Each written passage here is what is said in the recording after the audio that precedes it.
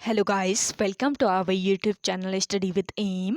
आज मैं आप सभी के लिए काफ़ी इंपॉर्टेंट वीडियो लेके आई हूं। तो देखिए, आपके आगामी उत्तराखंड पुलिस के एग्ज़ाम के रिगार्डिंग आप सभी को 100 क्वेश्चन का प्रैक्टिस सेट हमारे द्वारा प्रोवाइड कराया जा रहा है, जिसका पार्ट सेकंड आज मैं आप सभी के लिए लेके आई हूं।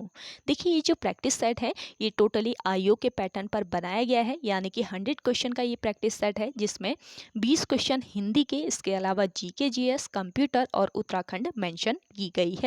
और देखिए, जिस तरीके का आपका उत्तराखंड पुलिस का क्वेश्चन पेपर आईओ के द्वारा बनाया जाएगा, उसी तरीके का ये प्रैक्टिस सेट हमारे द्वारा बनाया गया है। तो मोस्ट इंपॉर्टेंट ये प्रैक्टिस सेट है आपके आगामी उत्तराखंड पुलिस के एग्जाम के लिए।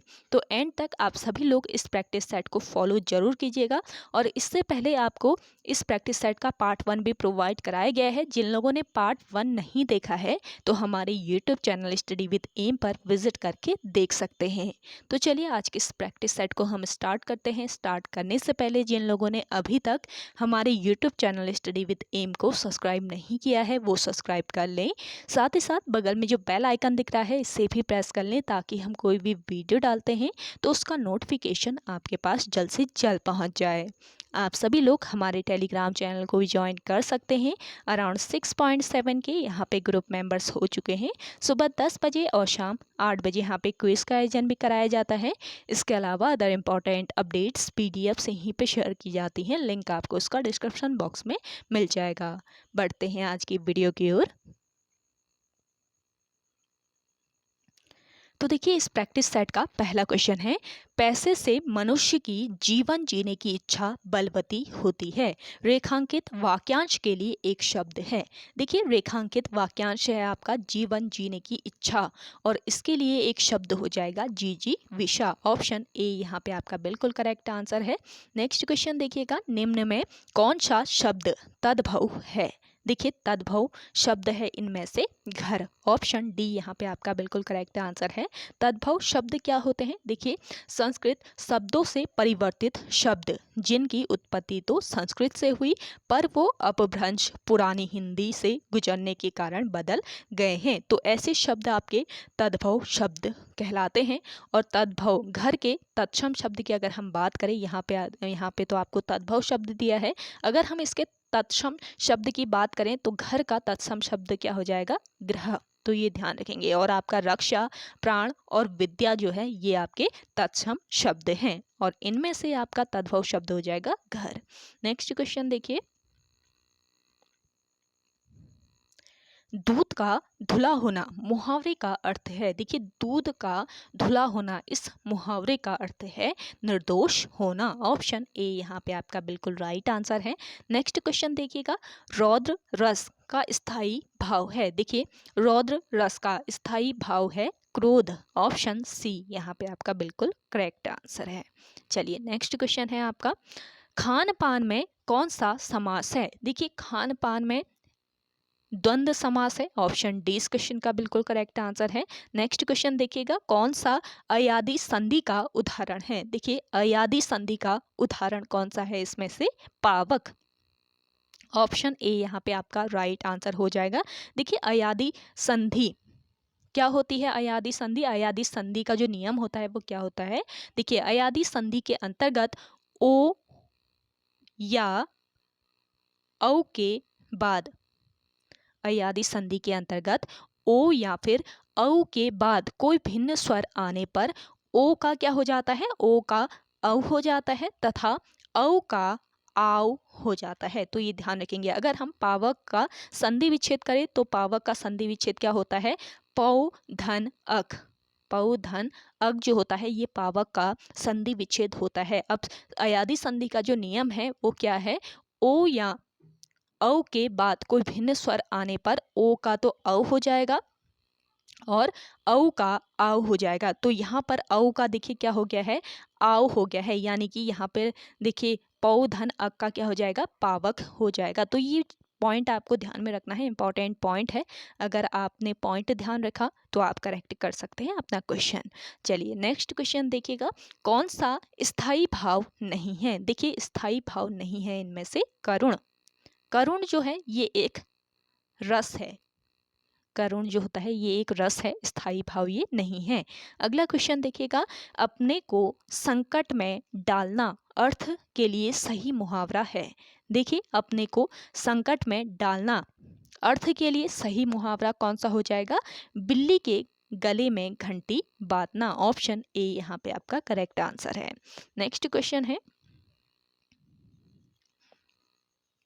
रात भर जागना स्वास्थ्य के लिए अच्छा नहीं है। रेखांकित पद शब्द को पहचानिए। देखिए, रेखांकित शब्द है रात भर, तो इसमें क्या है, इसको पहचानना है। तो इसमें है रात भर का मतलब है समय से, समय यानी कि काल से इसका मतलब है। तो यहाँ पे क्या हो जाएगा? कालवाचक क्रिया विशेषण हो जाएगा। तो ऑप्शन ए बिल्कुल राइट आंसर है इस क्वेश्चन का। चलिए नेक्स्ट क्वेश्चन देखिएगा, उत से निर्मित शब्द है। देखिए, उत से निर्मित जो शब्द है वो कौन सा है? ये है उच्चारण। ऑप्शन सी इस क्वेश्चन का राइट आंसर है। नेक्स्ट क्वेश्चन देखिएगा,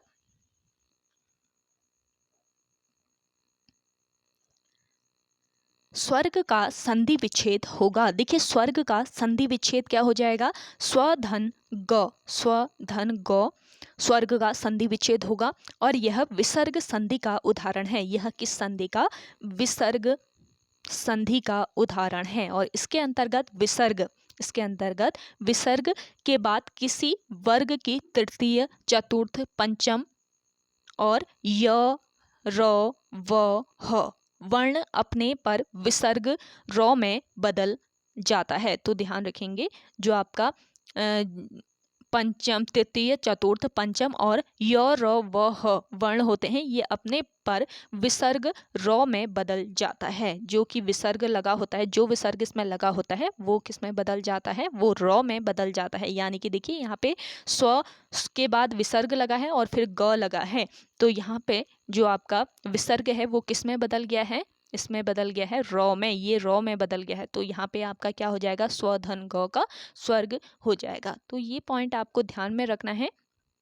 चलिए अगला क्वेश्चन है आपका, निम्नलिखित में से एक शब्द स्थूल का विलोम है। देखिए, स्थूल शब्द का विलोम होता है सूक्ष्म। ऑप्शन ए यहाँ पे आपका करेक्ट आंसर है।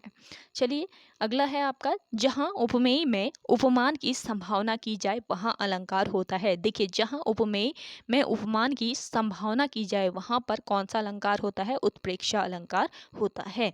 नेक्स्ट क्वेश्चन है, चौपाई छंद के प्रत्येक चरण में कितनी मात्राएं होती हैं? देखिए, चौपाई जो है ये छंद का चौपाई छंद का सममात्रिक छंद है।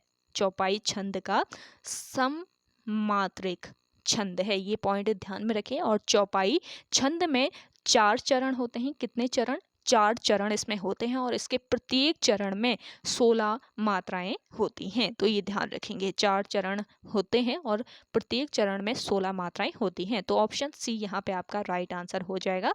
अगला क्वेश्चन देखिएगा,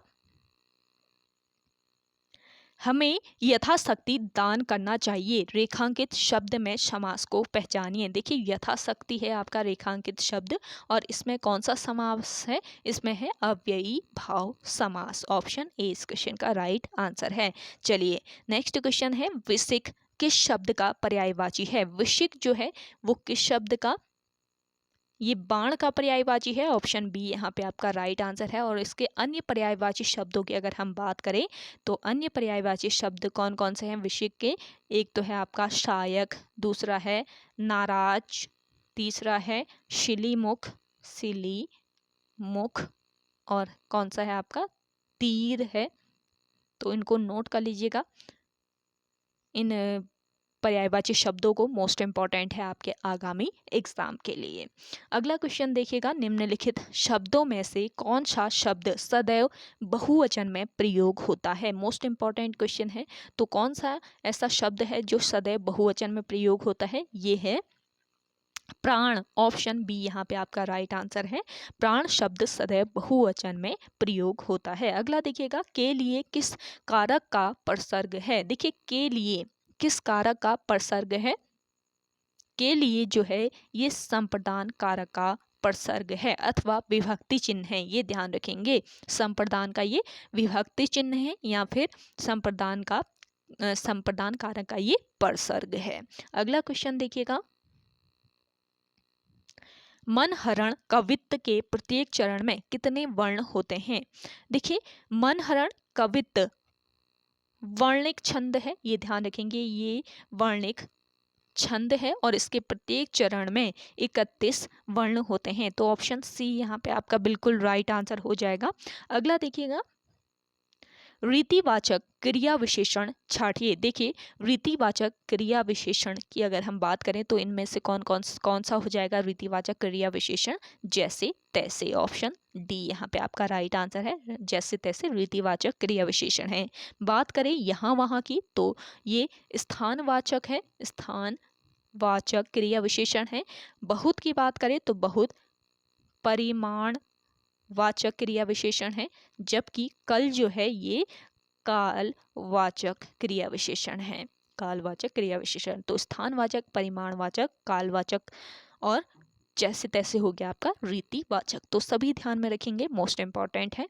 अगला देखिएगा, निम्नलिखित में से कौन सा एक उत्तराखंड के 4 धाम में सम्मिलित नहीं है? तो देखिए, उत्तराखंड के 4 धाम में सम्मिलित नहीं है रुद्रनाथ। ऑप्शन सी यहाँ पे आपका राइट आंसर हो जाएगा। और उत्तराखंड के 4 धाम के अंतर्गत कौन कौन से धाम आते हैं? एक तो आता है आपका यमुनोत्री, गंगोत्री, इसके अलावा केदारनाथ और बद्रीनाथ। तो 4 धाम के अंतर्गत आते हैं यमुनोत्री, गंगोत्री, केदारनाथ और बद्रीनाथ।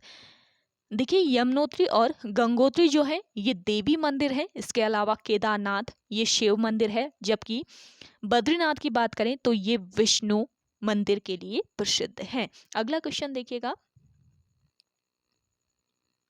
उत्तराखंड राज्य से कितने सदस्य राज्यसभा में प्रतिनिधित्व करते हैं? देखिए, उत्तराखंड राज्य से कितने सदस्य? 3 सदस्य जो हैं ये राज्यसभा में प्रतिनिधित्व करते हैं, ये ध्यान रखेंगे। ऑप्शन बी यहाँ पे आपका बिल्कुल करेक्ट आंसर है। देखिए, उत्तराखंड राज्य से 3 सदस्य उच्च सदन यानी राज्यसभा में प्रतिनिधित्व करते हैं।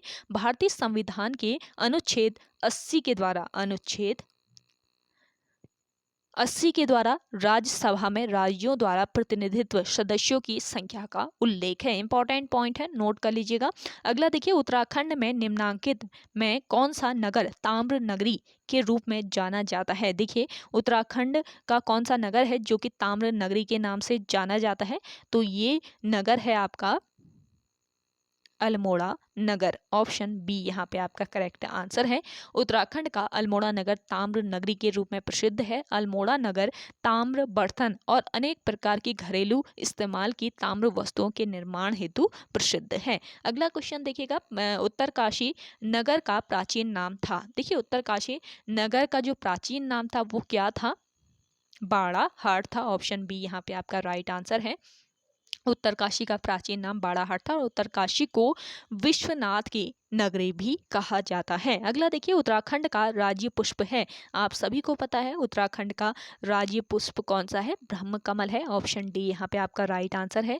और देखिए, उत्तराखंड राज्य निर्माण के पश्चात राज्य के राज्य चिन्ह और प्रतीक का निर्धारण वर्ष 2001 में किया गया। इंपॉर्टेंट पॉइंट है, उत्तराखंड राज्य निर्माण के बाद राज्य के राज्य चिन्ह और प्रतीकों का जो निर्धारण है वो कब किया गया? वर्ष 2001 में किया गया। और इसके अंतर्गत राज्य पुष्प के रूप में ब्रह्म कमल को स्वीकार किया गया। ब्रह्म कमल का वानस्पतिक नाम अगर आपसे पूछा जाता है तो क्या है? सोसोरिया अबवेलेटा, सोसोरिया या सोसूरिया भी आप लिख सकते हैं, सोसूरिया अबवेलेटा इसका वानस्पतिक नाम है। और यह एस्टेरेसी वंश का पौधा है, एस्टेरेसी कुल का ये पौधा है और भारत में इसकी अनेक प्रजातियां पाई जाती हैं। अगला देखिएगा, उत्तराखंड के निम्नलिखित में से किस मेले में पाषाण युद्ध की परंपरा प्रचलित है? मोस्ट इंपॉर्टेंट क्वेश्चन है। तो देखिए, पाषाण युद्ध की जो परंपरा है वो किस मेले में प्रचलित है? देवीधुरा मेले में प्रचलित है। ऑप्शन सी यहाँ पे आपका राइट आंसर है। देखिए, उत्तराखंड में बाराही देवी मंदिर प्रांगण में प्रतिवर्ष रक्षाबंधन के अवसर पर, किस अवसर पर? रक्षाबंधन के अवसर पर श्रावणी पूर्णिमा को एक विशाल मेला लगता है और इस मेले को देवी धुरा मेले के नाम से भी जाना जाता है। और हजारों श्रद्धालुओं को आकर्षित करने वाला यह पौराणिक, धार्मिक और ऐतिहासिक स्थल अपने अनूठे पाषाण युद्ध के लिए पूरे भारत में प्रसिद्ध है। तो रक्षाबंधन के अवसर पर यहाँ पर पाषाण युद्ध की परंपरा प्रचलित है और रक्षाबंधन अब आने वाला है, तो पाषाण युद्ध की जो परंपरा है यहाँ पर प्रचलित है, ये ध्यान रखेंगे। यहीं पर जो आपका देवीधुरा है, यहाँ पर इस मेले का आयोजन किया जाता है, देवीधुरा मेला, जहाँ पर पाषाण युद्ध की परंपरा प्रचलित है। अगला देखिएगा, निम्नलिखित में कौन उत्तराखंड का राज्य पशु है। देखिए उत्तराखंड का राज्य पशु भी आप सभी को पता ही होगा, कस्तूरी मृग है। ऑप्शन सी यहाँ पे आपका राइट आंसर है। और इससे रिलेटेड कुछ इंपॉर्टेंट पॉइंट आपको बता देती हूँ, ये नोट कर लीजिएगा आप सभी लोग। उत्तराखंड के राज्य चिन्ह और प्रतीकों के रूप में राज्य पशु कस्तूरी मृग को वर्ष 2001 में स्वीकार किया गया। ये मैंने आपको बता दिया राज्य चिन्हों को कब स्वीकार किया गया है। और अवैध शिकार के कारण ये विलुप्त होने की कगार पर है कस्तूरी मृग। और कस्तूरी मृग राज्य के केदारनाथ, फूलों की घाटी, उत्तरकाशी और पिथौरागढ़ जिले के 2000 से लेकर 5000 मीटर की ऊंचाई वाले वन क्षेत्रों में पाए जाते हैं। और उत्तराखंड के अलावा कस्तूरी मृग जो है ये कहाँ पर पाए जाते हैं, कश्मीर में, हिमाचल प्रदेश में, सिक्किम में, तो इन राज्यों में भी ये पाए जाते हैं, ये ध्यान रखेंगे। अगला देखिएगा, उत्तराखंड विधानसभा के लिए अनुसूचित जनजाति के लिए कितनी सीटें आरक्षित है। देखिए उत्तराखंड विधानसभा में अनुसूचित जनजाति के लिए कितनी सीटें आरक्षित हैं, इसका राइट आंसर हो जाएगा 2 सीटें। ऑप्शन सी यहाँ पे आपका राइट आंसर है। उत्तराखंड विधानसभा में सीटों की कुल संख्या कितनी है, 70 कुल विधानसभा सीटें हैं। और 13 सीटें जो हैं ये अनुसूचित जातियों के लिए तथा 2 सीटें जो हैं ये अनुसूचित जनजातियों के लिए आरक्षित हैं। और 70 प्लस 1 सीट रहती है यहाँ पर, और ये 1 सीट जो है ये एंग्लो इंडियन सीट के लिए आरक्षित है, एंग्लो इंडियन के लिए यह सीट आरक्षित है, तो ये भी आप ध्यान रखेंगे। अगला क्वेश्चन देखिएगा, निम्नलिखित में से कौन सा या कौन से स्थान देहरादून जनपद में स्थित हैं। तो देखिए मालसी डियर पार्क ये आपके देहरादून में है। इसके अलावा टाइगर फॉल भी देहरादून में है, लच्छीवाला भी है। तो ये सभी ऑप्शन डी इस क्वेश्चन का बिल्कुल राइट आंसर है। सभी जो स्थान है ये देहरादून जनपद में स्थित है। Malsi deer park, tiger fall एवं लच्छीवाला ये तीनों ही देहरादून जनपद में स्थित है। देखिए लच्छीवाला शहर का प्रमुख पिकनिक स्पॉट है, ये ध्यान रखेंगे, पिकनिक स्पॉट है ये शहर का प्रमुख। और जहाँ पर साल के घने जंगल हैं, और यहाँ पर साल के घने जंगल हैं। मालसी डियर पार्क की बात करें तो शिवालिक की तलहटी पर स्थित यह मनोरम पर्यटक स्थल है, ये ध्यान रखेंगे। अगला क्वेश्चन देखिएगा, उत्तराखंड में क्षेत्रफल की दृष्टि से सबसे छोटा जिला निम्नलिखित में से कौन सा है। देखिए क्षेत्रफल के अकॉर्डिंग बताना है कि उत्तराखंड का सबसे छोटा जिला कौन सा है। तो उत्तराखंड का सबसे छोटा जिला है चंपावत जिला, क्षेत्रफल के अकॉर्डिंग। ऑप्शन बी यहाँ पे आपका राइट आंसर हो जाएगा। और इसके क्षेत्रफल की अगर हम बात करें तो 1766 वर्ग किलोमीटर चंपावत का क्षेत्रफल है। अगला देखिएगा,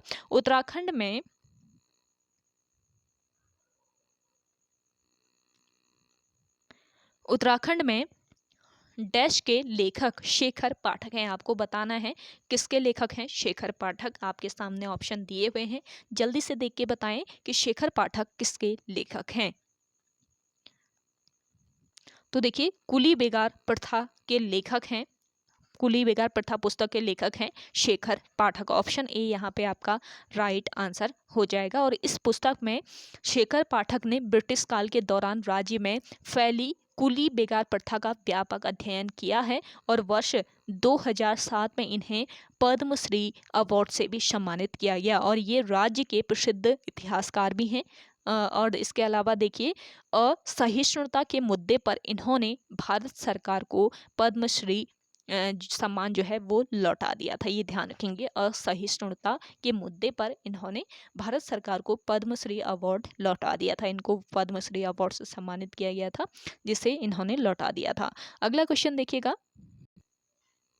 भारत का प्रथम राष्ट्रीय उद्यान है। देखिए भारत का प्रथम जो राष्ट्रीय उद्यान है वो जिम कॉर्बेट नेशनल पार्क है। ऑप्शन डी यहाँ पे आपका राइट आंसर हो जाएगा। जिम कॉर्बेट भारत का प्रथम नेशनल पार्क है और इसकी स्थापना कब की गई? वर्ष 1936 में इसकी स्थापना नैनीताल जिले में की गई। जिम कॉर्बेट नेशनल पार्क बड़ी संख्या में बाघों के निवास के लिए काफ़ी फेमस है, ये भी ध्यान रखेंगे। अगला देखिएगा, उत्तराखंड का गांधी कहा जाता है। देखिए उत्तराखंड का गांधी कहा जाता है इंद्रमणि बड़ौनी को। ऑप्शन बी यहाँ पे आपका राइट आंसर हो जाएगा। इंद्रमणि बड़ौनी को उत्तराखंड का गांधी कहा जाता है और टिहरी गढ़वाल जिले में जन्मे इंद्रमणि बड़ौनी ने उत्तराखंड को पृथक राज्य बनवाने में महत्वपूर्ण भूमिका निभाई थी। अगला क्वेश्चन देखिएगा, आप सभी को ये प्रैक्टिस सेट पसंद आ रहा है तो लाइक कर लीजिएगा। जिन लोगों ने अभी भी हमारे YouTube channel study with M को सब्सक्राइब नहीं किया है वो सब्सक्राइब कर लीजिए और ज़्यादा से ज़्यादा आप सभी लोगों को शेयर करना है। इस प्रैक्टिस सेट को आप सभी लोग ज़्यादा से ज़्यादा शेयर करते हैं तो डेली बेसिस पे आपको ये प्रैक्टिस सेट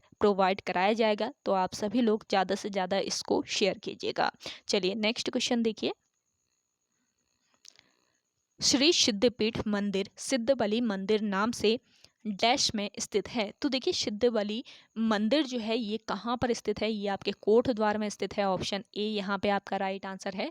सिद्धपीठ मंदिर सिद्धबली मंदिर के नाम से भी जाना जाता है और यह उत्तराखंड के कोट द्वार में स्थित है और यह एक पौराणिक मंदिर है, ये ध्यान रखेंगे। एक पौराणिक मंदिर है। ये मान्यता है कि यहाँ पर तब साधना करने के बाद सिद्ध बाबा को हनुमान जी की सिद्धि प्राप्त हुई थी। अगला देखिएगा, कटारमल सूर्य मंदिर स्थित है। देखिए कटारमल सूर्य मंदिर आपके कहाँ पर? अल्मोड़ा में स्थित है। ऑप्शन बी यहाँ पे आपका बिल्कुल करेक्ट आंसर हो जाएगा। कटारमल सूर्य मंदिर भारतवर्ष का प्राचीनतम सूर्य मंदिर है और यह उत्तराखंड राज्य के अल्मोड़ा जिले में स्थित है। देखिए इसका निर्माण कत्यूरी राजवंश के तत्कालीन शासक कटारमल द्वारा 6वीं-9वीं शताब्दी के मध्य किया गया था। किसके द्वारा? राजा कटारमल के द्वारा इसका निर्माण किया गया था, कटारमल सूर्य मंदिर का। अगला क्वेश्चन देखिएगा, उत्तराखंड में सर्वाधिक विकास खंडों वाला जिला कौन सा है? उत्तराखंड में सर्वाधिक विकास खंडों वाला जो जिला है आपका वो कौन सा है? पौड़ी गढ़वाल जिला है। आप कमेंट करके बताइएगा कि पौड़ी गढ़वाल में कितने विकास खंड हैं। ज़्यादा से ज़्यादा लोग कमेंट करके बताएं। अगला देखिएगा, उत्तराखंड में राष्ट्रपति शासन कब लगाया गया था? देखिए उत्तराखंड की बात करें तो यहाँ पर राष्ट्रपति शासन जो है ये 27 मार्च 2016 को लगाया गया था। ऑप्शन सी बिल्कुल राइट आंसर हो जाएगा। देखिए उत्तराखंड में राष्ट्रपति शासन जो है ये कब लगा था? 27 मार्च 2016 को लगाया गया था। किसी राज्य में राष्ट्रपति शासन की सिफारिश उस राज्य के राज्यपाल राष्ट्रपति से करते हैं और राष्ट्रपति अनुच्छेद 356 के तहत उस राज्य में राष्ट्रपति शासन का आदेश देते हैं, तो ये ध्यान रखेंगे। अगला क्वेश्चन देखिएगा, सॉरी नेक्स्ट क्वेश्चन है आपका, उत्तराखंड से प्रथम बार खेल रत्न पुरस्कार किसने प्राप्त किया था? देखिए उत्तराखंड का खेल रत्न पुरस्कार प्रथम बार प्राप्त किया था किसने? जसपाल राणा ने प्रथम खेल रत्न पुरस्कार किससे दिया गया था? जसपाल राणा को दिया गया था। ऑप्शन बी यहाँ पे आपका राइट आंसर है। जसपाल राणा एक प्रमुख भारतीय निशानेबाज हैं और इन्हें पद्मश्री एवं अर्जुन पुरस्कार से सम्मानित किया जा चुका है। अगला क्वेश्चन देखिएगा, उत्तराखंड से प्रथम बार किसने द्रोणाचार्य पुरस्कार प्राप्त किया? देखिए उत्तराखंड में प्रथम द्रोणाचार्य पुरस्कार प्राप्त करने वाले कौन व्यक्ति हैं? ये हैं हरि सिंह थापा। ऑप्शन ए यहाँ पे आपका राइट आंसर हो जाएगा। उत्तराखंड से हरि सिंह थापा ने प्रथम बार द्रोणाचार्य पुरस्कार प्राप्त किया। हरि सिंह थापा भारतीय एवं अंतर्राष्ट्रीय स्तर के बॉक्सर एवं राष्ट्रीय कोच रहे हैं और इन्हें भारतीय बॉक्सिंग का पितामह भी कहा जाता है। ये पॉइंट ध्यान रखेंगे। आपसे क्वेश्चन पूछा जाए कि भारतीय बॉक्सिंग का पितामह किसे कहा जाता है तो आपको पता रहना चाहिए किसे कहा जाता है, हरि सिंह थापा को। अगला देखिएगा, उत्तराखंड में निम्न में से कौन सा या कौन से लोक नृत्य हैं? तो देखिए उत्तराखंड के लोक नृत्य बताना है तो छोपती, छोलिया, तांदी सभी हैं, तो उपयुक्त सभी। ऑप्शन डी यहाँ पे आपका बिल्कुल राइट आंसर हो जाएगा। देखिए छोपती, छोलिया एवं तांदी तीनों ही उत्तराखंड के प्रमुख क्षेत्रीय लोक नृत्य है। छोपती मुख्य रूप से कहाँ पर प्रचलित है? टिहरी में प्रचलित है छोपती मुख्य रूप से, और इस नृत्य में महिलाएं एवं पुरुष दोनों ही भाग लेते हैं। छोलिया मुख्यतः गढ़वाल में एवं कुमाऊं क्षेत्र में प्रचलित है। ये ध्यान रखिए, छोलिया नृत्य जो है ये कुमाऊं और गढ़वाल में भी प्रचलित है। अगला क्वेश्चन देखिएगा, किस ताल को स्कंद पुराण में त्रि ऋषि सरोवर के नाम से जाना जाता है? देखिए, स्कंद पुराण में त्रि ऋषि सरोवर के नाम से जाना जाता है किस ताल को? इसका राइट आंसर हो जाएगा नैनीताल को। ऑप्शन ए यहाँ पे आपका बिल्कुल करेक्ट आंसर है। देखिए, नैनीताल को स्कंद पुराण में त्रि ऋषि सरोवर के नाम से जाना जाता है और नैनीताल की समुद्र तल से अगर हम हाइट की बात करें तो 1937 मीटर की हाइट पर नैनीताल स्थित है, जिसके चारों ओर ऊंचे ऊंचे 7 पहाड़ हैं, जिनमें सबसे ऊंचा जो पहाड़ है वो कौन सा है? चाइना पीक या फिर नैना पीक भी इसी को कहा जाता है। तो चाइना पीक या नैना पीक सबसे ऊंचा पहाड़ है नैनीताल में और इसके दक्षिण पूर्वी भाग में बलिया नदी निकलती है। तो आपसे पूछा जाए कि बलिया नदी का जो उद्गम है वो कहाँ से होता है? नैनीताल से ही बलिया नदी का उद्गम होता है और इसके उत्तरी भाग को क्या कहा जाता है? मल्लीताल कहा जाता है और दक्षिणी भाग को तल्लीताल कहा जाता है। और इस झील की लंबाई 1430 मीटर और चौड़ाई है 465 मीटर। अगला क्वेश्चन देखिएगा, अल्मोड़ा श्रीनगर के मध्य डाक व्यवस्था आरंभ की गई। मोस्ट इंपॉर्टेंट क्वेश्चन है, जरूर ध्यान में रखें इन क्वेश्चंस को। आप सभी लोगों ने अभी तक इस प्रैक्टिस सेट को शेयर नहीं किया है तो जल्दी से आप सभी लोग शेयर कर दीजिएगा। आप सभी लोगों पर ही डिपेंड है कि आप सभी लोगों को डेली बेस पे ये चाहिए या नहीं चाहिए। ज़्यादा से ज़्यादा आप सभी लोग शेयर करते हैं तो डेली बेस पे आपको ये प्रैक्टिस सेट प्रोवाइड कराया जाएगा। तो ज़्यादा से ज़्यादा आप सभी लोग शेयर कर दीजिए। देखिए, अल्मोड़ा श्रीनगर के मध्य डाक व्यवस्था जो है इसको कब आरंभ किया गया था?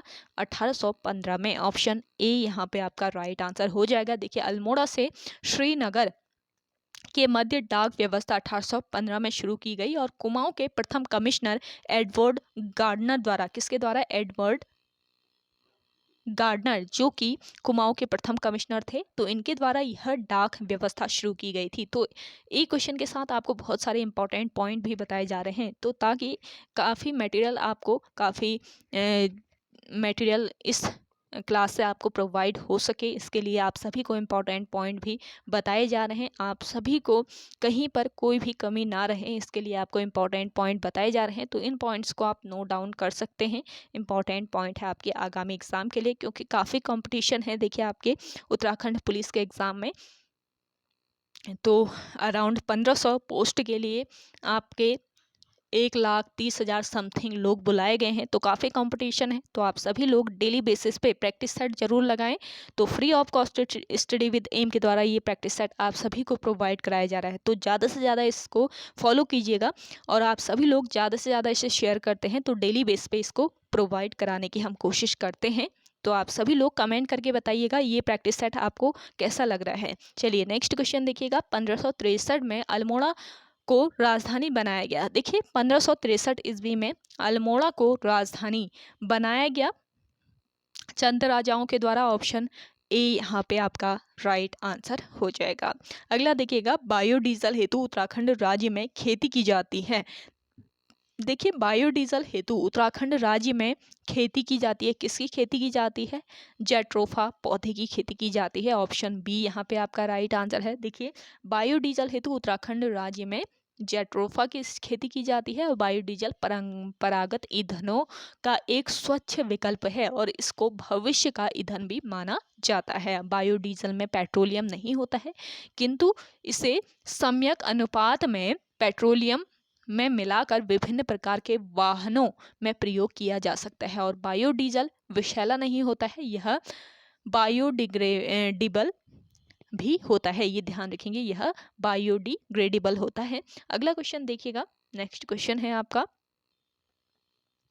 भारत का पहला हिम तेंदुआ संरक्षण केंद्र स्थित है। देखिए, भारत का पहला हिम तेंदुआ संरक्षण केंद्र कहाँ पर स्थित है? उत्तरकाशी में स्थित है। ऑप्शन बी यहाँ पे आपका राइट आंसर हो जाएगा। भारत का पहला हिम तेंदुआ संरक्षण केंद्र उत्तरकाशी जिले में स्थित है और उसके निर्माण में ईंटों की बजाय पत्थर, मिट्टी व लकड़ी का प्रयोग किया गया। और देखिए, यूएनडीपी यानी कि संयुक्त राष्ट्र विकास कार्यक्रम के सहयोग से भारत के 4 राज्यों, कहाँ पर? उत्तराखंड, इसके अलावा हिमाचल प्रदेश, जम्मू व सिक्किम में सिक्योर हिमालय परियोजना शुरू की की गई है और यह हिम तेंदुआ संरक्षण केंद्र उत्तरकाशी के गंगोत्री नेशनल पार्क से लगे भैरव घाटी लंका में बनाया गया है। अगला क्वेश्चन देखिएगा, भारत में प्रच्छन्न बेरोजगारी सामान्यतः दिखाई देती है।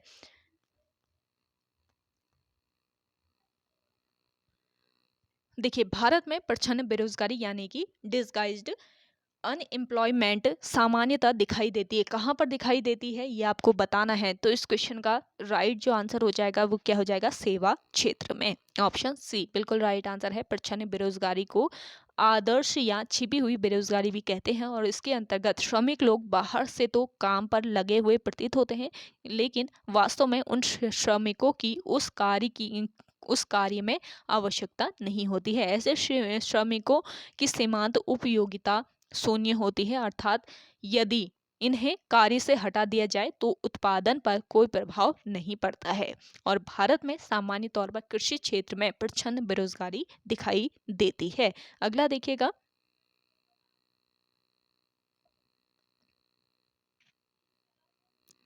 प्रसिद्ध नारा गरीबी हटाओ किस पंचवर्षीय योजना से संबंधित है। देखिए, प्रसिद्ध नारा है गरीबी हटाओ, ये किस पंचवर्षीय योजना से संबंधित है ये आपको बताना है। मोस्ट इंपॉर्टेंट ये क्वेश्चन है। तो देखिए, ये किस पंचवर्षीय योजना से, 5वीं पंचवर्षीय योजना से संबंधित है। ऑप्शन डी यहाँ पे आपका राइट आंसर है। और 5वीं पंचवर्षीय योजना का जो काल है वो कब से कब तक था, 1974 से लेकर 1978 तक इसका टाइम पीरियड था।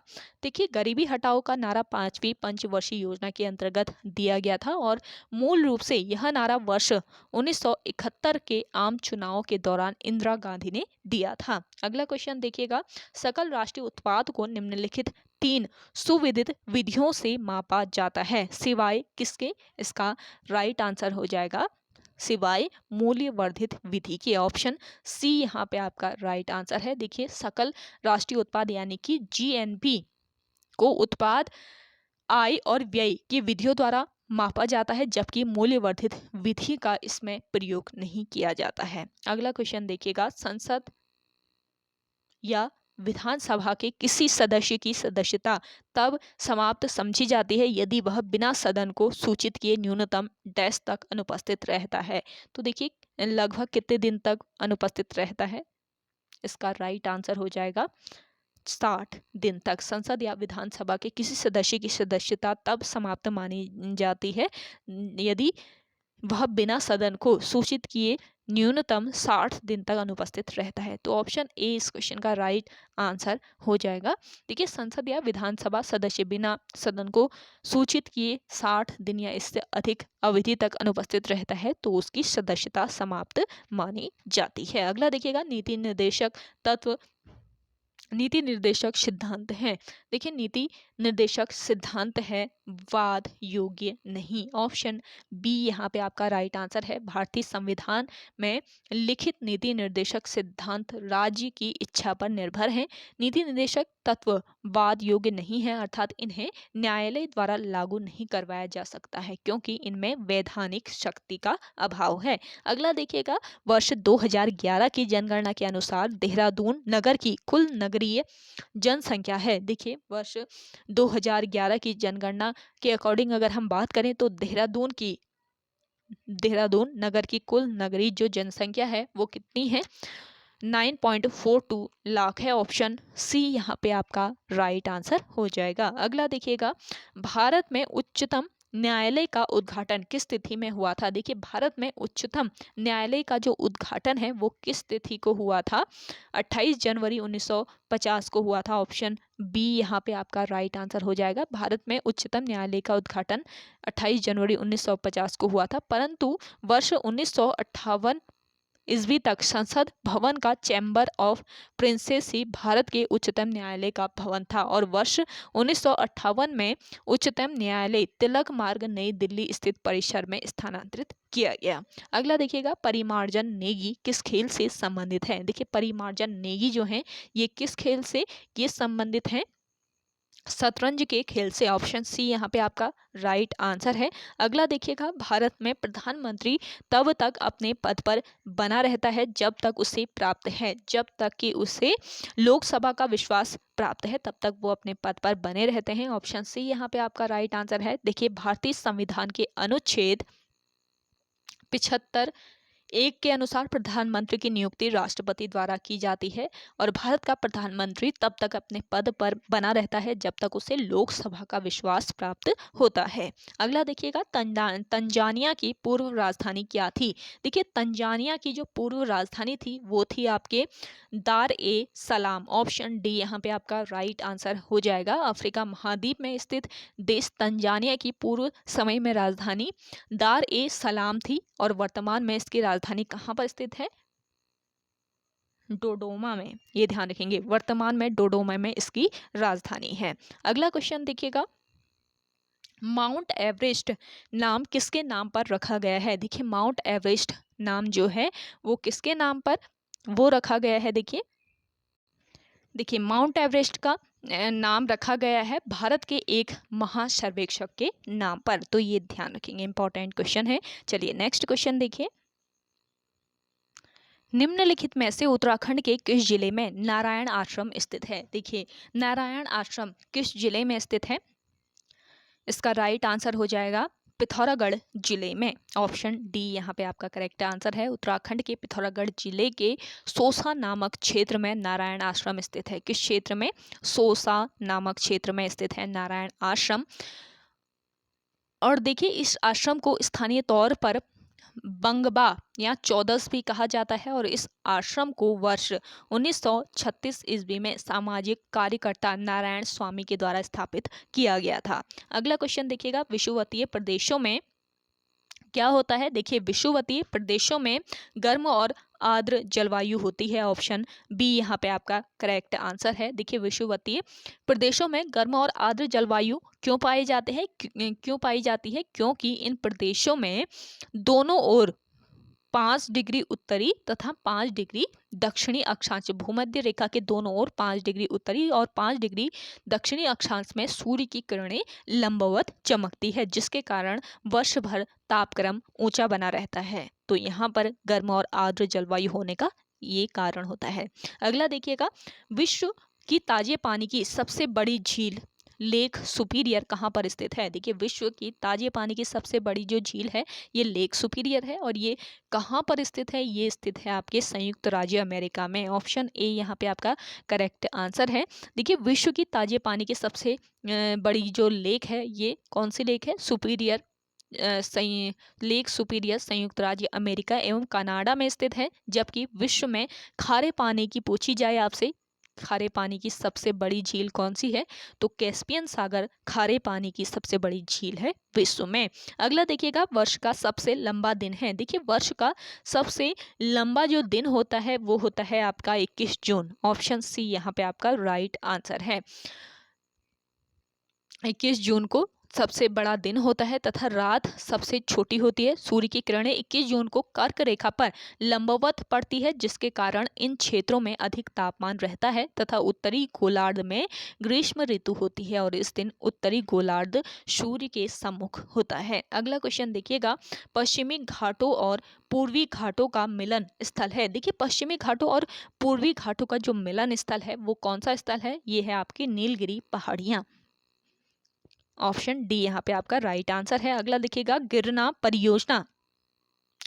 परियोजना कहाँ स्थित है, ये बताना है आपको। गिरना परियोजना स्थित है आपके कहाँ पर, इसका राइट आंसर हो जाएगा महाराष्ट्र में। गिरना परियोजना महाराष्ट्र के नासिक जिले में स्थित है, गिरना नदी पर स्थित है और इसका निर्माण 1969 में वर्ष 1969 को सिंचाई एवं मानव उपभोग के लिए पानी उपलब्ध कराने के लिए किया गया था। चलिए नेक्स्ट क्वेश्चन है, सूची फर्स्ट को सूची सेकंड के साथ सम्मिलित कीजिए और सूचियों के नीचे दिए गए कूट का प्रयोग कर सही उत्तर चुनना है। तो देखिए, सूची फर्स्ट को सूची सेकंड के साथ सबसे पहले हम मिला लेते हैं। देखिए, हिमालय की चोटियां दी हैं एक साइड में आपके सूची फर्स्ट में और सूची सेकंड में राज्य दिए हुए हैं। देखिए, हिमालय की चोटी संदफू कहाँ पर स्थित है, किस राज्य में स्थित है, ये बताना है। देखिए संदफू स्थित है पश्चिम बंगाल में। नंदा देवी स्थित है कहाँ पर स्थित है, उत्तराखंड में स्थित है नंदा देवी। कंचनजंगा स्थित है आपके कहाँ पर, सिक्किम में। तो इस क्वेश्चन का राइट आंसर कौन सा हो जाएगा, इस क्वेश्चन का राइट आंसर हो जाएगा ऑप्शन बी। अगला देखिएगा, निम्नोक्त दर्रों में से कौन सा सतलज घाटी में पड़ता है। तो देखिए सतलज घाटी में कौन सा दर्रा, शिवकिला दर्रा पड़ता है। ऑप्शन सी यहाँ पे आपका राइट आंसर है। और देखिए शिवकिला दर्रा हिमाचल प्रदेश में जास्कर श्रेणी में स्थित है और जो कि सतलज घाटी में पड़ता है। अगला देखिए, नेपोलियन बोनापार्ट निवासी था। नेपोलियन बोनापार्ट कहाँ का निवासी था, ये था फ्रांस का। ऑप्शन डी यहाँ पे आपका राइट आंसर है। अगला देखिएगा, वाटरलू कहाँ स्थित है। वाटरलू स्थित है आपके कहाँ पर, बेल्जियम में। ऑप्शन डी यहाँ पे आपका राइट आंसर है। वाटरलू बेल्जियम में स्थित है और यहीं पर नेपोलियन ने 18 जून 1815 ईस्वी को अपने जीवन की अंतिम लड़ाई लड़ी, जिसमें वह पराजित हो गया था और उसे बंदी बनाकर सेंट हेलेना द्वीप भेज दिया गया था, जहां पर उसकी मृत्यु हो गई थी। अगला देखिएगा, रूसी क्रांति के जनक कौन थे। देखिए इंपॉर्टेंट क्वेश्चन है, रूसी क्रांति के जनक कौन थे। वी आई लेनिन रूसी क्रांति के जनक थे। और रूसी क्रांति कब हुई थी, वर्ष 1917 में रूसी क्रांति हुई थी और इसके जनक वी आई लेनिन थे। लेकिन वर्ष 1917 से वर्ष 1924 तक सोवियत संघ के ये अध्यक्ष रहे। लेनिन जो हैं, ये ध्यान रखेंगे, लेनिन वर्ष 1917 से 1924 तक सोवियत संघ यानी यूएसएसआर के अध्यक्ष रहे। अगला देखिएगा, उत्तराखंड सरकार द्वारा महालक्ष्मी योजना का शुभारंभ किया गया। आपको बताना है कब किया गया। जिन लोगों को आंसर आ रहा है कीजिएगा, किसके द्वारा, किसके लिए किया गया। देखिए महालक्ष्मी जो योजना है, इसका शुभारंभ उत्तराखंड सरकार द्वारा किया गया था। प्रसव के बाद माँ और कन्या शिशु के लिए। ऑप्शन बी यहाँ पे आपका राइट आंसर हो जाएगा। देखिए उत्तराखंड सरकार द्वारा प्रसव के उपरांत मां और कन्या शिशु की देखभाल और उचित पोषण की व्यवस्था के लिए मुख्यमंत्री महालक्ष्मी योजना का शुभारंभ किया था। अगला क्वेश्चन देखिएगा, गुप्त काल में भूमि राजस्व की दर क्या थी। देखिए गुप्त काल में भूमि राजस्व की जो दर थी वो क्या थी, इसका राइट आंसर हो जाएगा उपज का छठा भाग। ऑप्शन बी यहाँ पे आपका बिल्कुल राइट आंसर है। आप सभी को प्रैक्टिस सेट पसंद आ रहा है, लाइक कर लीजिएगा जरूर और शेयर जरूर कीजिएगा। जिन लोगों ने अभी भी हमारे YouTube channel study with M को सब्सक्राइब नहीं किया है, वे लोग जरूर सब्सक्राइब कीजिएगा। आप सभी को देखिए फ्री ऑफ कॉस्ट यहाँ पे 100 क्वेश्चन का प्रैक्टिस सेट प्रोवाइड कराया जा रहा है, जो कि आपके आगामी उत्तराखंड पुलिस के एग्जाम के लिए मोस्ट इम्पॉर्टेंट है। तो सभी लोग जरूर इस प्रैक्टिस सेट को एंड तक फॉलो कीजिएगा।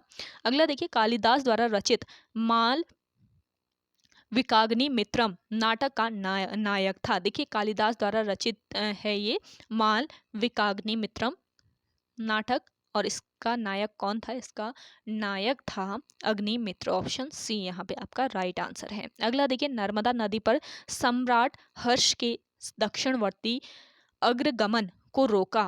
देखिए दक्षिण नर्मदा पर नर्मदा नदी पर सम्राट हर्ष के दक्षिणावर्ती अग्रगमन को रोका किसने, इसका राइट आंसर है पुलकेशिन सेकंड ने। ऑप्शन बी बिल्कुल करेक्ट आंसर है।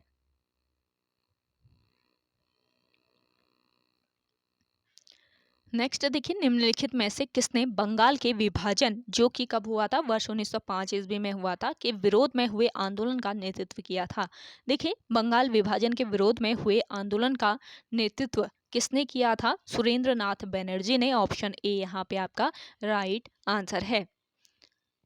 अगला क्वेश्चन देखिएगा, मुजफ्फर में किंग्स फोर्ट की हत्या का प्रयास कब किया गया था। देखिए मुजफ्फरपुर में किंग्स फोर्ट की हत्या का जो प्रयास है वो कब किया गया था, वर्ष 1908 में किया गया था। ऑप्शन ए बिल्कुल राइट आंसर है। मुजफ्फरपुर में किंग्स फोर्ट की हत्या का प्रयास 30 अप्रैल 1908 ईस्वी में किया गया और इस तिथि को खुदीराम बोस और प्रफुल्ल चौकी ने किंग्स फोर्ट पर बम फेंका, किंतु किंग्स फोर्ट बच गया और दुर्भाग्य से मिस्टर कैनेडी की पत्नी एवं पुत्री मारी गई और प्रफुल्ल चौकी ने पुलिस से बचने के लिए आत्महत्या कर ली थी। और देखिए खुदीराम बोस को गिरफ्तार कर फांसी दी गई थी इसमें। अगला क्वेश्चन देखिएगा, ब्रिटिश व्यवस्था में रैयतवाड़ी भू राजस्व संग्रह प्रचलित था। तो देखिए ब्रिटिश व्यवस्था में रैयतवाड़ी भू राजस्व संग्रह प्रचलित था। इसका राइट आंसर हो जाएगा दक्षिणी भारत में प्रसिद्ध था। काफी इंपॉर्टेंट क्वेश्चन है, ये ध्यान रखेंगे। और रैयतवाड़ी प्रथा को कैप्टन रीड और थॉमस मुनरो ने 18वीं शताब्दी में शुरू किया था। ब्रिटिश व्यवस्था में रैयतवाड़ी भू राजस्व संग्रह दक्षिणी भारत में प्रचलित था, जिसमें मद्रास प्रेसिडेंसी प्रमुख थी। अगला देखिएगा, निम्नलिखित तमिल ग्रंथों में किसे लघु वेद की संज्ञा दी गई है। देखिए तमिल ग्रंथों में लघु वेद की संज्ञा किसे दी गई है, इसका राइट आंसर हो जाएगा करल को। ऑप्शन डी यहाँ पे आपका राइट आंसर हो जाएगा। लघु वेद में लघु वेद की संज्ञा तमिल भाषा में रचित कुरल है ये, इसको करेक्ट कर लीजिएगा, कुरल को दी गई है। और इस ग्रंथ में कुल 133 अध्याय और 1330 कविताएं हैं। और इसके रचयिता कौन है, संत तिरुवल्लुर जो है इसके रचयिता है। अगला क्वेश्चन देखिएगा, कोंकण रेलवे का विस्तार है। देखिए कोंकण रेलवे का जो विस्तार है वो रोहा से मंगलुरु तक है। ऑप्शन ए यहाँ पे आपका राइट आंसर है। कोंकण रेलवे भारतीय रेलवे की एक अनुषंगिक इकाई है और इसका मुख्यालय नवी मुंबई में है। नवी मुंबई में इसका मुख्यालय है और उसकी स्थापना 26 जनवरी 1998 ईस्वी में की गई थी और यह रोहा महाराष्ट्र के मंगलुरु तक विस्तृत है। अगला देखिएगा, मान्यता के अनुसार महाभारत की लड़ाई कुरुक्षेत्र में कितने दिन तक लड़ी गई थी। देखिए मान्यता के अनुसार महाभारत की जो लड़ाई है ये कुरुक्षेत्र में कितने दिनों तक लड़ी गई थी, 18 दिनों तक। ऑप्शन सी यहाँ पे आपका राइट आंसर हो जाएगा। अगला देखिएगा, निम्नलिखित पेशवाओं में से नाना साहेब के रूप में कौन लोकप्रिय था। देखिए इन पेशवाओं में से नाना साहेब के रूप में लोकप्रिय कौन था, बालाजी बाजीराव। ऑप्शन सी यहाँ पे आपका राइट आंसर है। अगला क्वेश्चन देखिए,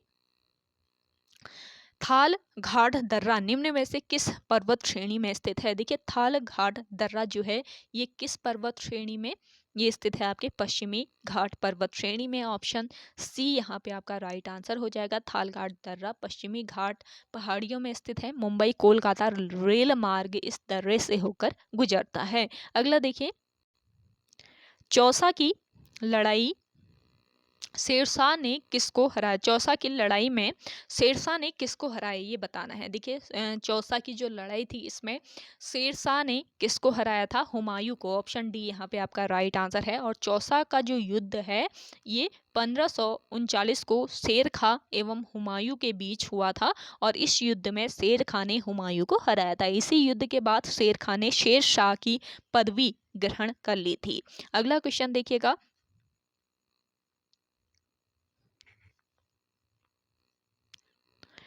योग दर्शन के संस्थापक कौन थे। देखिए योग दर्शन जो थे इसके संस्थापक कौन थे, इसका राइट आंसर है पतंजलि। योग दर्शन के संस्थापक थे पतंजलि। ऑप्शन बी यहाँ पे आपका राइट आंसर है।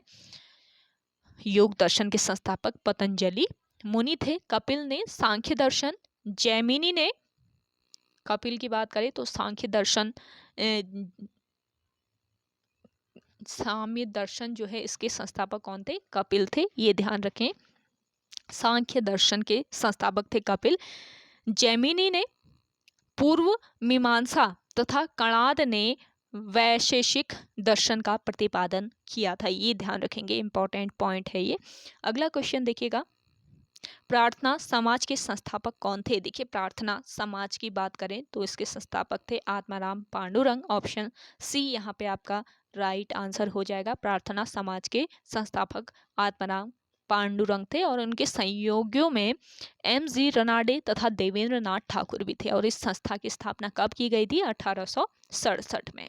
अगला क्वेश्चन देखिएगा, पुस्तक माई एक्सपेरिमेंट विथ ट्रूथ के लेखक कौन थे। तो देखिए पुस्तक है माई एक्सपेरिमेंट विथ ट्रूथ और इसके लेखक कौन थे, इसके लेखक थे M.K. गांधी। ऑप्शन बी यहाँ पे आपका राइट आंसर हो जाएगा। अगला क्वेश्चन देखिएगा, विश्व का सबसे गहरा महासागर है। देखिए विश्व का सबसे गहरा महासागर है प्रशांत महासागर। ऑप्शन ए यहाँ पे आपका राइट आंसर है। प्रशांत महासागर विश्व का सबसे गहरा और सबसे बड़ा महासागर है और उसकी औसतन गहराई लगभग 14,000 फुट है। अगला देखिएगा, अपनी धुरी पर पृथ्वी के घूर्णन की दिशा है। देखिए अपनी धुरी पर पृथ्वी की जो घूर्णन की दिशा है वो है पश्चिम से पूर्व। ऑप्शन बी यहाँ पे आपका राइट आंसर है। अपनी पृथ्वी अपने अक्ष पर पश्चिम से पूर्व 1670 किलोमीटर प्रति घंटा की चाल से 23 घंटे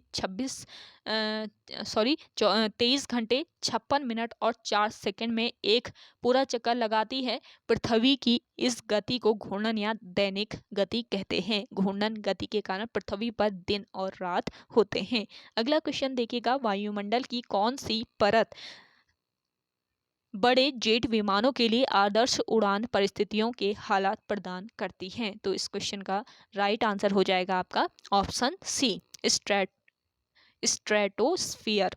अगला क्वेश्चन देखिएगा, निम्नलिखित राज्यों में से किसकी सबसे कम जनसंख्या है? देखिए सबसे कम जनसंख्या इन राज्यों में से बतानी है आपको। इसका राइट आंसर हो जाएगा ऑप्शन ए, सिक्किम। सिक्किम की इनमें से सबसे कम जनसंख्या है। अगला क्वेश्चन देखिएगा, दुधवा नेशनल पार्क कहाँ पर स्थित है? देखिए दुधवा नेशनल पार्क स्थित है आपके उत्तर प्रदेश में। ऑप्शन सी यहाँ पे आपका राइट आंसर है। उत्तर प्रदेश के लखीमपुर खीरी में स्थित है दुधवा नेशनल पार्क और यह बाघों और 12 सिंहों के लिए प्रसिद्ध है और इसे वर्ष 1977 ईस्वी में राष्ट्रीय उद्यान बनाया गया था।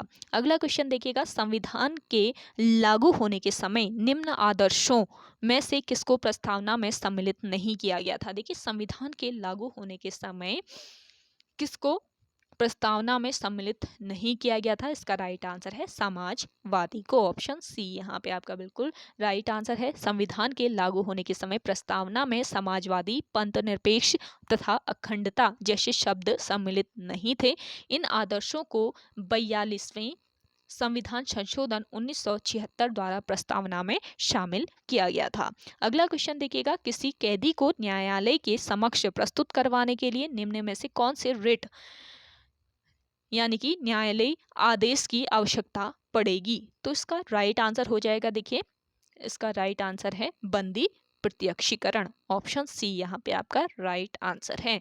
अगला क्वेश्चन देखिएगा, निम्नलिखित में से कौन साइबर अपराध की श्रेणी में आता है? साइबर अपराध की श्रेणी में इनमें से आता है क्रेडिट कार्ड की धोखाधड़ी, पहचान की चोरी, सूचनाओं की चोरी। तो सभी आते हैं उपयुक्त, तो सभी ऑप्शन डी यहाँ पे आपका राइट आंसर है। नेक्स्ट क्वेश्चन देखिएगा, वर्ष 1995 में कल्याण सिंह रावत द्वारा मैती आंदोलन की शुरुआत किस स्थान से की गई? मोस्ट इंपॉर्टेंट क्वेश्चन है, इससे अक्सर क्वेश्चन बनते हैं मैती आंदोलन से, तो ये ध्यान रखेंगे। वर्ष 1995 में कल्याण सिंह रावत द्वारा मैती आंदोलन जो है इसकी शुरुआत किस स्थान से की गई थी? इसका राइट आंसर है ग्वालदम से। ऑप्शन बी यहाँ पे आपका राइट आंसर है। वर्ष 1995 में कल्याण सिंह रावत द्वारा मैती आंदोलन की शुरुआत चमोली जिले के ग्वालदम कस्बे से शुरू की गई थी और मैती एक भावनात्मक पर्यावरण आंदोलन है और इसके अंतर्गत शादी के समय दूल्हा दुल्हन एक फलदार पौधे का रोपण करते हैं।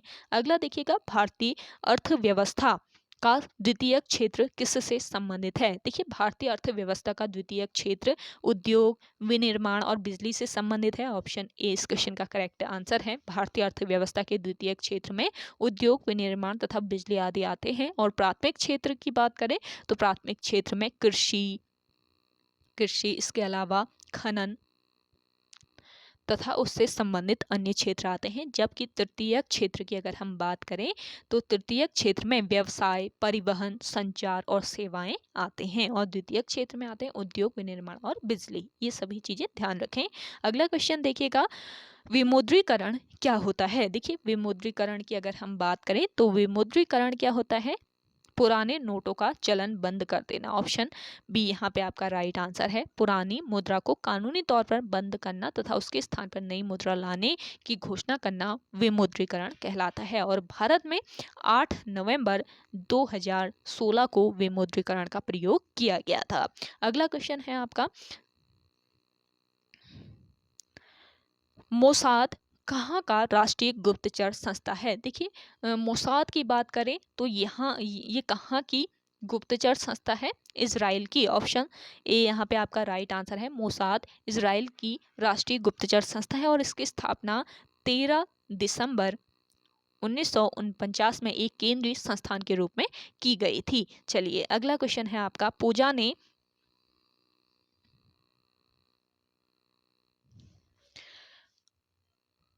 पूजा पूर्णा से अमीर है और पूवी पूजा से अमीर है, बूमा पूवी से अमीर है और रोमा सबसे अमीर है। यदि उन्हें बाएं से दाएं उनके अमीरी के आरोही क्रम में बैठाया जाए तो बाएं से चौथे स्थान पर कौन होगा? तो इस क्वेश्चन का राइट आंसर है आपका ऑप्शन ए। बाएं से चौथे स्थान पर कौन होगा? बूमा। ऑप्शन ए बिल्कुल राइट आंसर हो जाएगा।